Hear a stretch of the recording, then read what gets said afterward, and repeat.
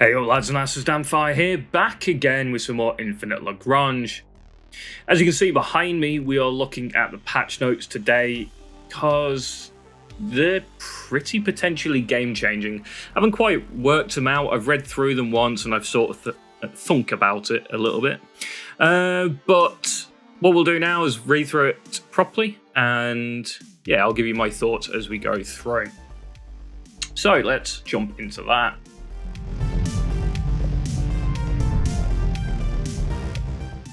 Hi all, this time we bring you a preview of two parts, the combat balance adjustments available on March the 23rd and the Explorer support program available on March the 16th, which is today at time of recording.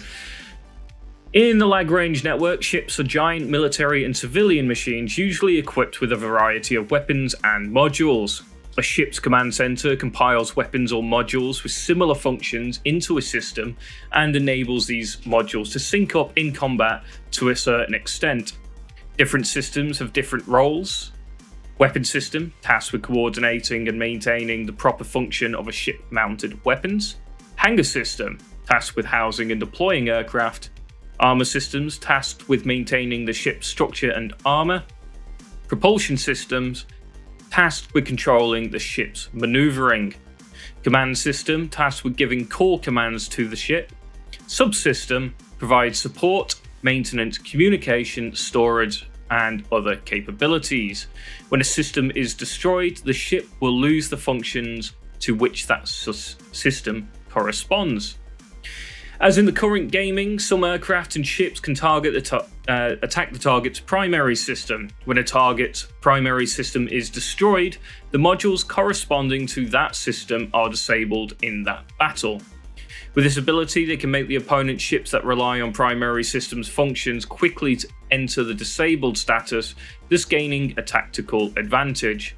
According to the long-time data analysis and communication with explorers, we found that the experience of using the ship sharing this feature has gradually converged. This phenomenon hampers the diversity of fleet lineups. This is the reason why you see a lot of aircraft fleets in the first place. One, because they're very efficient for the CP cost.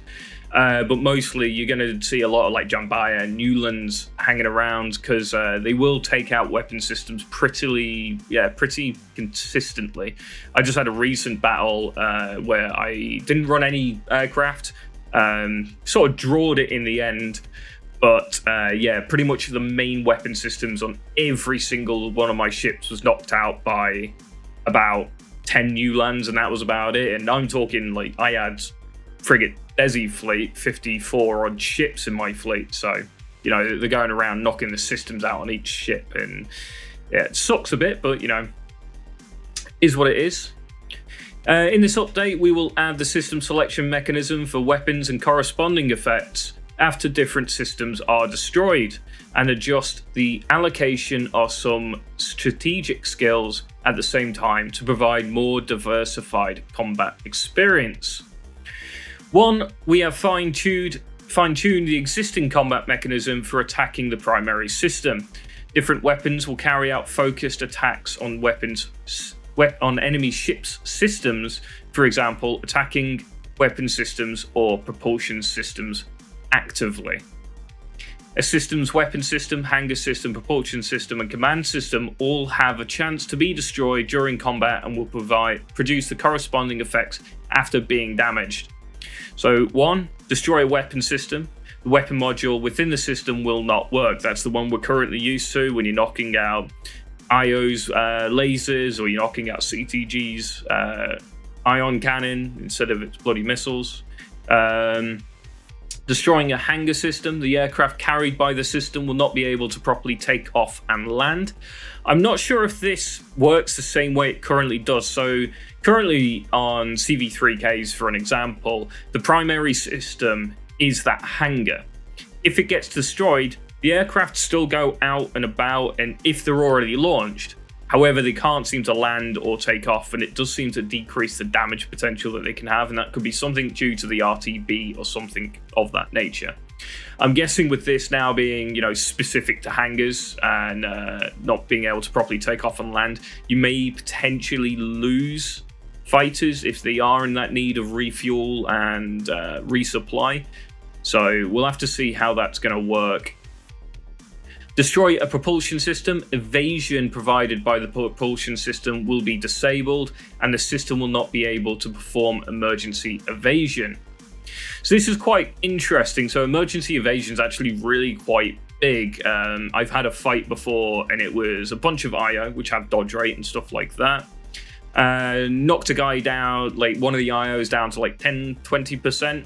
It did emergency evasion, moved into the mid row, and the healing ships fully healed it back up to full. So it was basically like I had to fight a bunch of IOs twice. It was pretty nasty. Being able to knock out that emergency evasion is going to be pretty big, and it means your front lines are a lot more, less dependent on the emergency evasion going off, and a lot more dependent on potential sustain happening to keep them alive in the first place, because once that emergency evasion's gone, you're dead.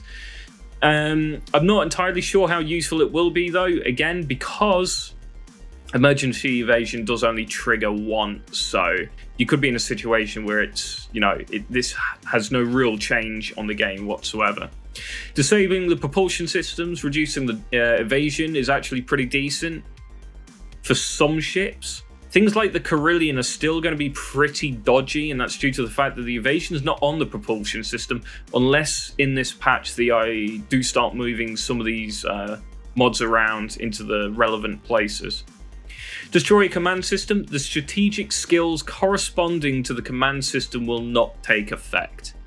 Now, I'm not sure what's going to go on with this one, because currently more or less all of the strategic skills are on the weapon systems or on, the propulsion systems. I don't know if this means that we're going to get new mod slots opened up on the command system, whether that will reduce the ones on the weapons or the other systems that have strategies on them, like you lose like a slot, or we keep that slot so we can put more stuff in it and the strategies all move onto the command system. So really not quite sure what's going to go on that on there, so we'll have to check that out on release.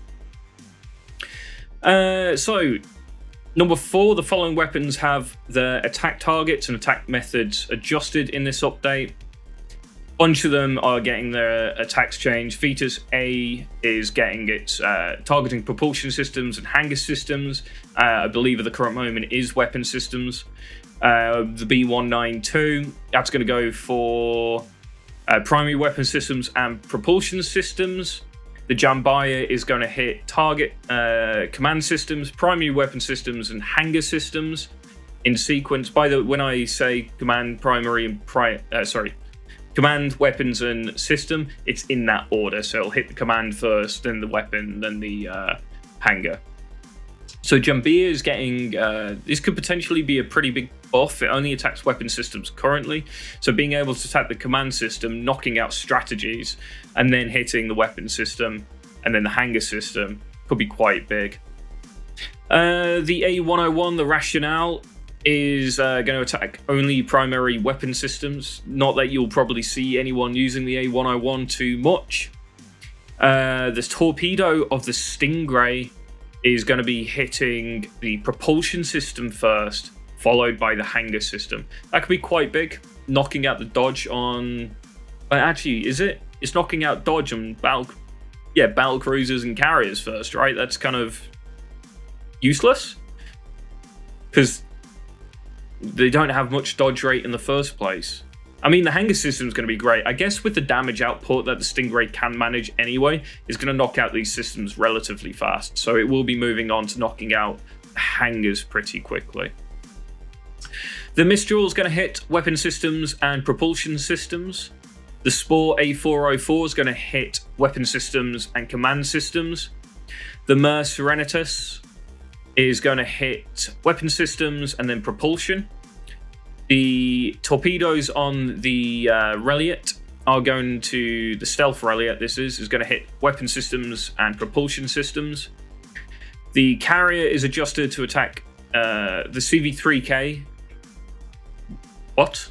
Oh, the field support UAVs. Okay, so the 5 squads of UAVs that you can port are going to hit the primary weapon systems. This could actually mean that the field support UAV for the CV3K's got a buff, albeit an interesting one because it hits weapon systems anyway. I need to test that out. The Bullfrog dual-purpose bomber is going to hit command systems and hangar systems. It currently does no system damage at all. This could be a very big buff for the Bullfrog. Although I swear it's not called a dual-purpose bomber, it's called a siege bomber, so that could be a new variant, potentially. Mernubium, the light landing system ship, is going to hit command systems. The Noma Siege is going to hit command systems. And the XT-8 Siege is going to hit command systems. So I guess that's in sort of like dropping your Marines onto enemy ships to go take out the bridge. Guessing that's what they're going with there.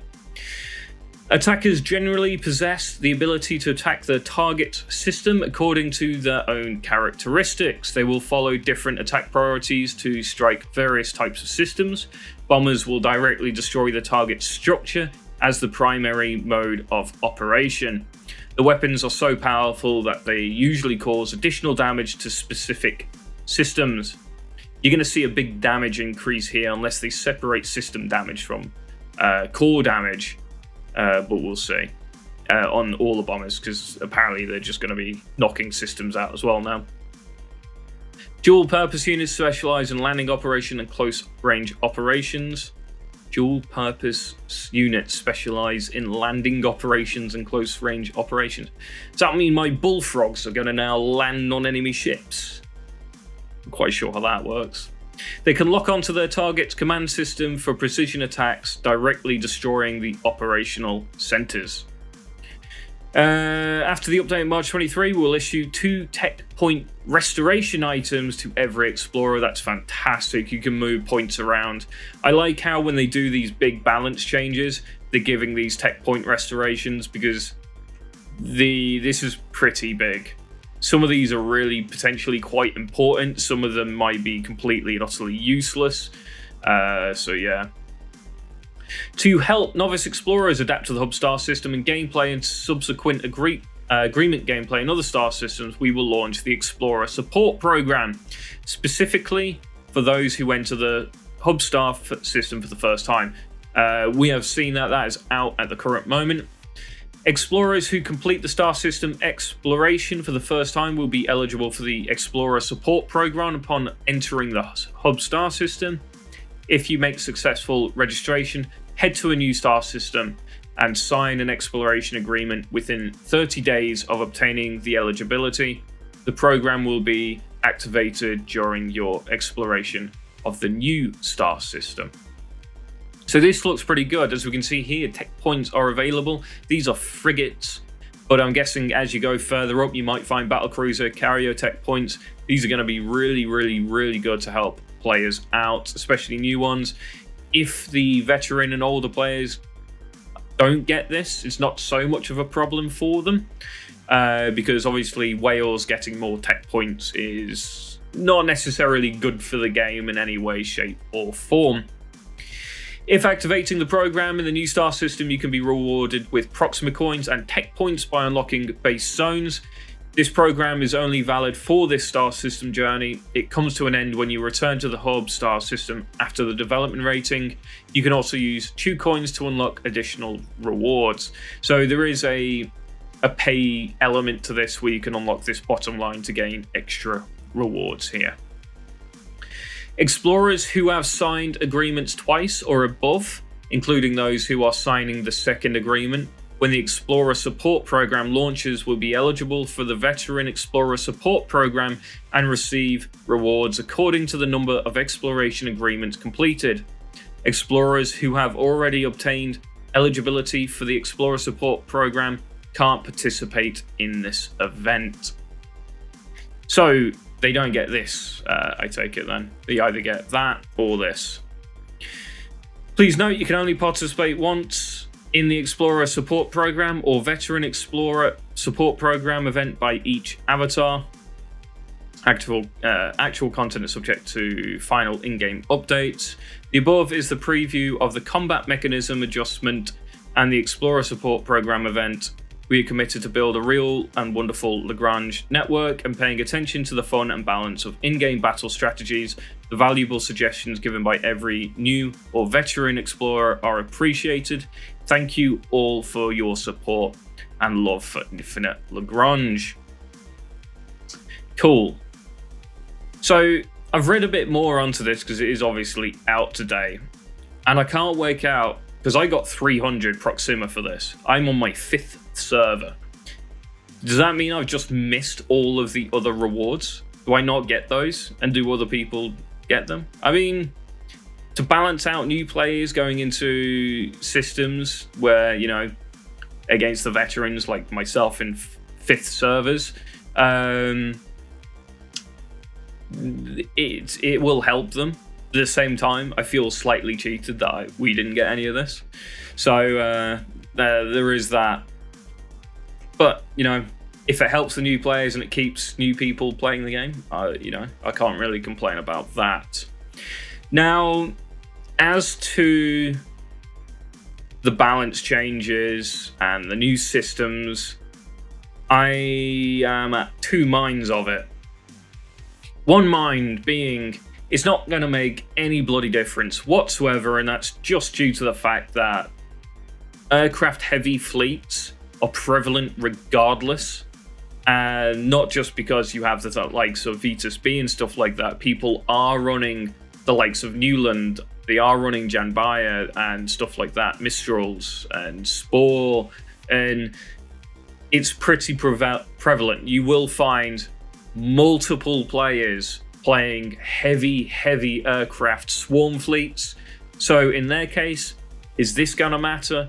Not really, because I don't think they care which systems get knocked out. The fact that they're now getting other systems to be knocked out except weapons, yeah, it's going to mean they may take a bit more damage. At the same time, they can apply more damage, because if they're knocking out dodge rates and they're knocking out the ability to use certain strategies, yeah, this is potentially a buff to aircraft swarm fleets, and I don't personally think it affects the dodge rates particularly much anyway, because if you try and hit the system on, say, a Carillion to drop its dodge rate, you still got to, you know, compete with the fact that it's still dodging those attacks in the first place.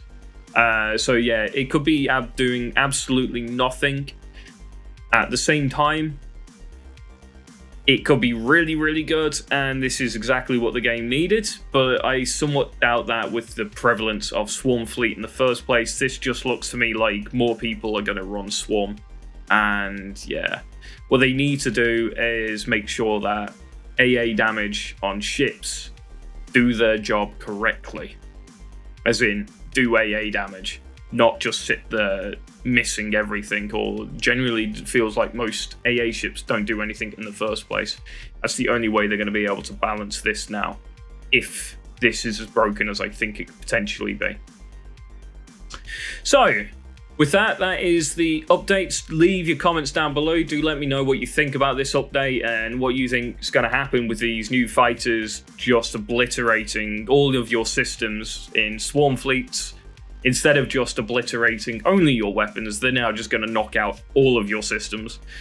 So yeah, do leave a comment down below, and be interesting to have a bit of a discussion on this one for certain. Have a good one, guys, though. Don't forget to like, comment, and subscribe, and I'll catch you next time.